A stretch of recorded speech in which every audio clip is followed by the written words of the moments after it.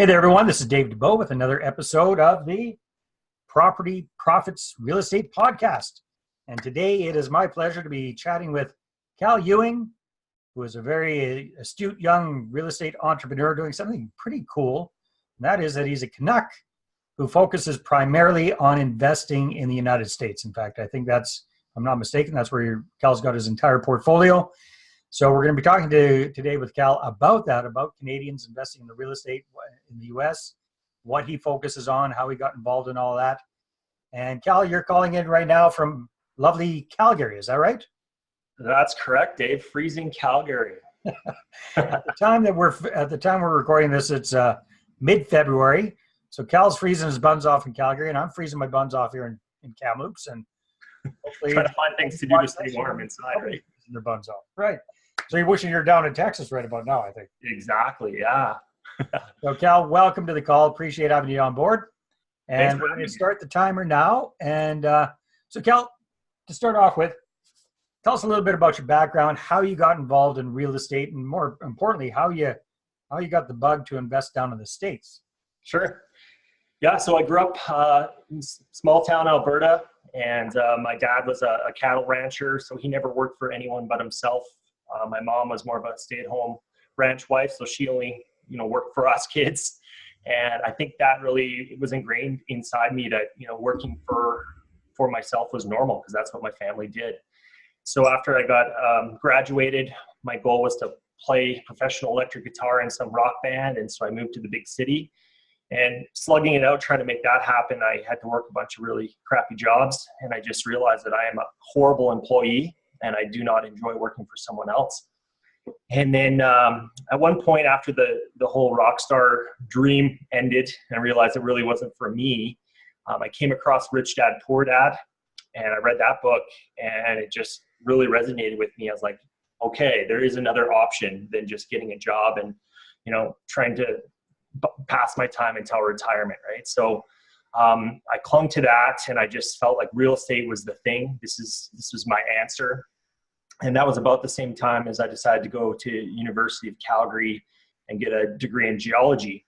And the only reason I chose that is there was a lot of outdoor classes you could take and trips. And a lot of people were making good money, obviously, in the oil patch. So I chose that. But at the same time, I was reading all kinds of real estate books and trying to get as educated as I possibly could in real estate because my whole goal was to be full-time real estate investor.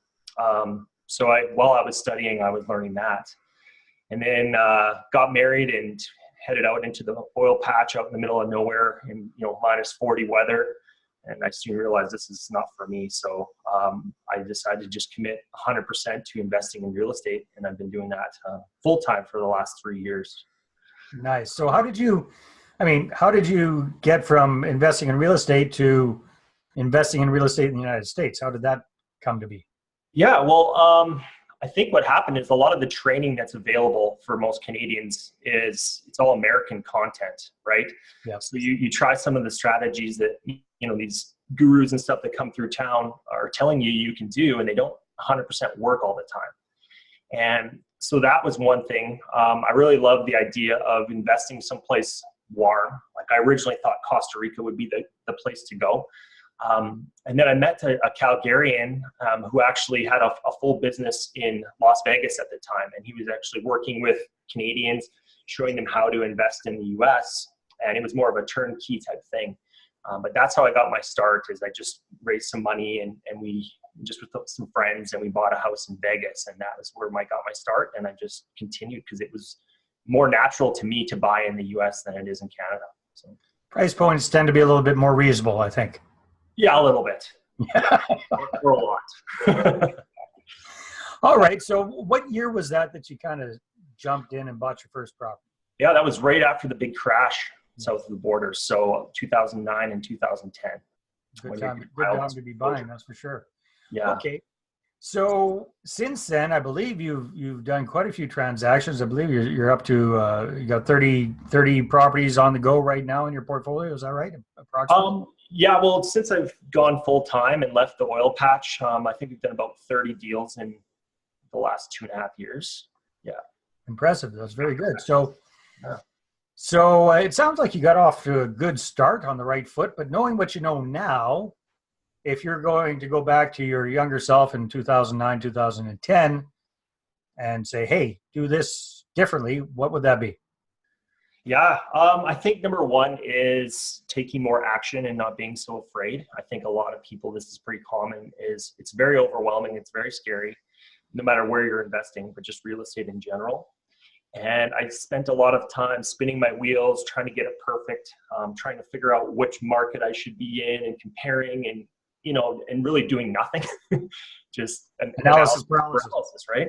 Yeah. And then even the strategy, like, oh, this is really cool. And, I learned about, trailer park investing. That's what I want to do. And, large multifamily. Oh, I want to do that. And then, a year passes and nothing's happened. And I think so many people can attest to that, right? So I think the biggest thing I learned is pick a strategy, pick a market, even if you have to throw a dart at a map.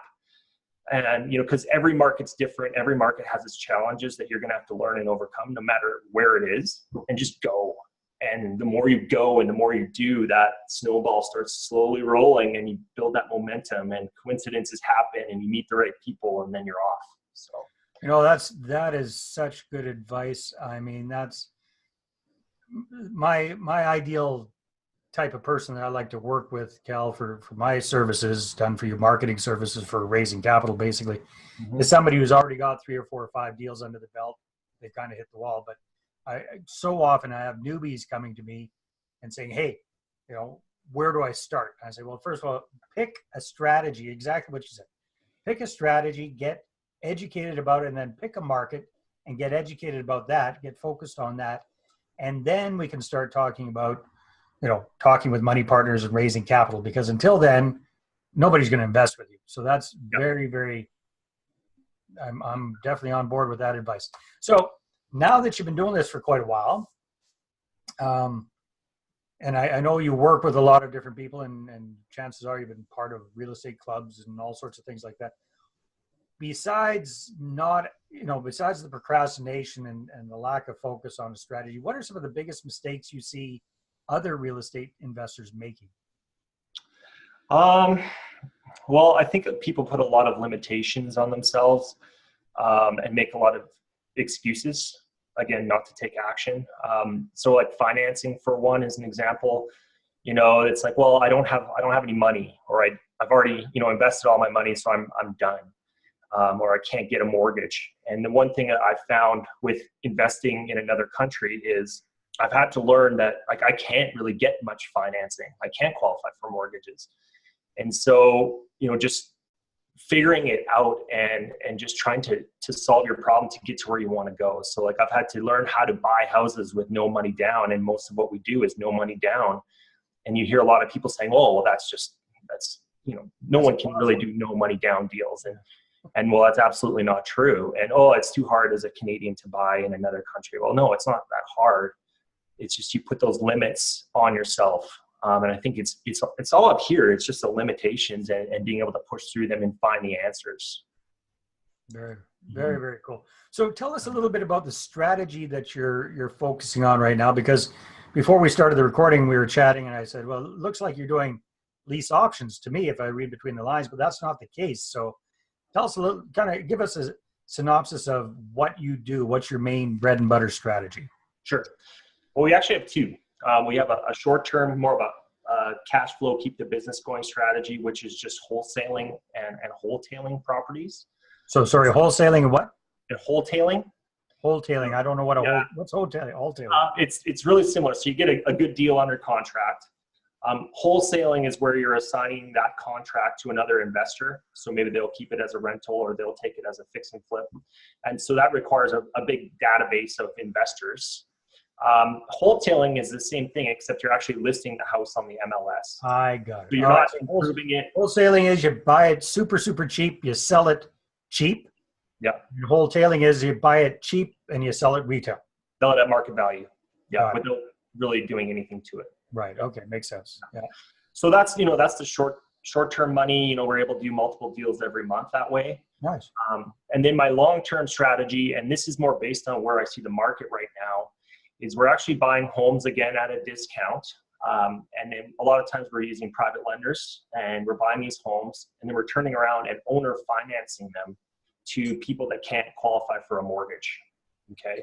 And what we like to do is set up the payments that they're paying each month on the loan. So it's the same as rent.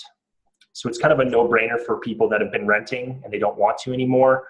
Why pay that same $1,000 for renting a house when they could pay that same $1,000 and they are now the owner from the get-go, right? And there's a lot of value in that.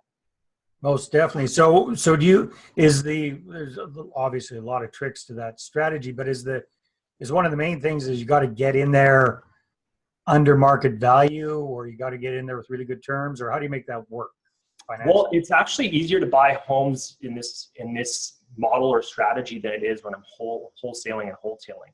Okay. I can pay a little bit more because it's all based on rent. So I start with, okay, well, what would this house rent for, or what are the rental comps around that in that neighborhood? And say I know it'll rent for $1,000. Okay. I then back up just using my financial calculator. I can figure out, okay, how much would I have to sell this home so that my buyer's payments are $1,000 a month? So you can it's all based on rent. And then once I know that, then I can make my offer based on, once I know my sale price, I can make my offer based on that. So it's not necessarily a huge discount. Interesting. So, and then again, because you're owner financing in the States, typically it's different than it is here in Canada. Typically you're looking at a 30-year term. Is that correct? Well, you can, there's no balloons. Like at least in Texas, it's very difficult to have a balloon payment, which says, after 5 years, the loan is due for your buyer. Right. So you can set it up so that, after 5 years, the interest rate starts going up, which encourages them to refinance. But we actually just have a 30-year loan, like 30-year amortized loan for our end buyer. So it's very attractive for them.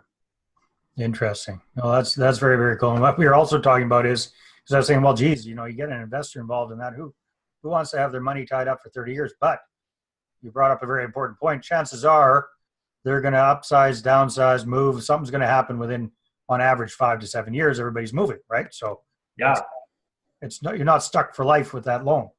Yeah, well, a lot of times when we're working with other investors, it's actually just a 5 years. So we're borrowing the money for 5 years to buy the house. And then at the end of that point, they have the option to continue for another 5 years, or we can put in a different investor in their spot. So it's not actually 30 years commitment for our investors. That's very cool. Very, very smart what you're doing there, my friend. That's interesting. I'm fascinated by what you've set up there. So why did you pick Texas? A couple of reasons. I actually started learning how to buy at the tax foreclosure auctions in Texas. Okay. And the reason in Texas is, well, there's training available for one, but just the laws in Texas make it really favorable for buying tax foreclosures. And so I had a little bit of a team set up down there for that purpose. And what I found is just the way the market is down there, it's so competitive at those foreclosure sales that getting a deal is next to impossible. Yeah. And it was just moving too slow for me. So then that's where I got the analysis paralysis for a while, trying to figure out, okay, well, what market, right? There's so many options. Where should I be investing? And finally, I just was like, forget it. I'm going to invest in Houston. I've already got a bit of a team there, and we just kept growing. And that's where I realized how it really doesn't matter so much where you're investing, because you're just going to figure it out. But some of the benefits of Texas are that it's very flexible as far as evicting tenants. It's very landlord friendly. As a lender, right? If for owner financing, it's very lender friendly. So foreclosing on people is, if you have to, it's very easy. You don't have to go through the courts and let it drag out for months and months. Yeah, for sure. And then the market, I mean, in the last recession, Texas in general, but Houston, they barely even noticed the recession. Whereas other markets like, Las Vegas is like a roller coaster of prices, right? And in California and things like that. Whereas you could hardly even tell that a recession happened in Houston in 2009. So it's very stable, a lot of jobs, a lot of in-migration, things like that. Very cool. Yeah. All right. So we're down to the last 3 minutes or so here. So I know that you've started working with people and showing people how to do private lending, how to how Canadians can get set up and invest down in the United States. So tell me a little bit about who are the kind of people that you're typically working with for these services? Sure. Yeah, there's actually two different groups of people. So I'm actually building a course right now to help Canadians invest or learn how to invest in the United States. Because I think there's a lot of misconceptions, and people toy with the idea, but they quickly hear rumors of double taxation and things like that, and they just say, "Oh no, it's too scary." And I wanted to create this course to address some of these common concerns and questions that I get about just how to get started, and then hopefully help people avoid some of the speed bumps and hurdles that I had to overcome in order to figure this whole game out. So I'm preparing a course that should be finished in the next few months. We're about 75% done. And that would just help people that are actively looking for real estate deals in the US. So these could be landlords or people wanting to learn wholesaling or flipping, more active type investors. And then I already have a private lending training course that I've made, and I can share the link. It's a 4-video free course, and it's more set up for people that maybe are looking for better ways to grow their retirement savings accounts and just to grow wealth through lending on real estate. And I'm sure you agree, like it's something that a lot of people don't really know about, and it's a really solid way to grow wealth because you're securing your investment to an actual piece of property that has actual value. And so this course just helps walk people through that process, educate them on how it works, and just opens more options for people who are not happy with the returns they're getting. And so what's the best way for people to find out more about Cal Ewing? A couple ways. Facebook.com/Cal Ewing Real Estate. You can connect with me there. And then my website is www.investmentpropertyusa.ca. Are the two best ways to find out more. In the last 45 seconds, I know it's tough, but one tip for somebody looking at investing down in the States, a Canadian looking at investing down in the States, what would be a tip for them? Good cross-border accountant and a good real estate attorney in the market that you're in, and that's all you really need to get going. Those are the two you need. Awesome. Yep. Very good. All right, Cal, well, it's been a lot of fun, and I feel like we didn't have enough time to flesh everything out, so I might hit you up for another interview sometime down the road. That would be excellent. I appreciate you having me on. All right, my pleasure, my friend. Take care. And everybody, talk to you soon. Bye-bye. Well, thanks very much for checking out the Property Profits podcast. If you like what we're doing here, please head on over to iTunes, subscribe, rate us, and leave us a review. Be very, very much appreciated. And if you're looking to create a regular flow of inbound investor inquiries about your real estate deals, then I invite you to attend one of my upcoming live online demonstrations. And you can check that out at investorattractiondemo.com. Take care.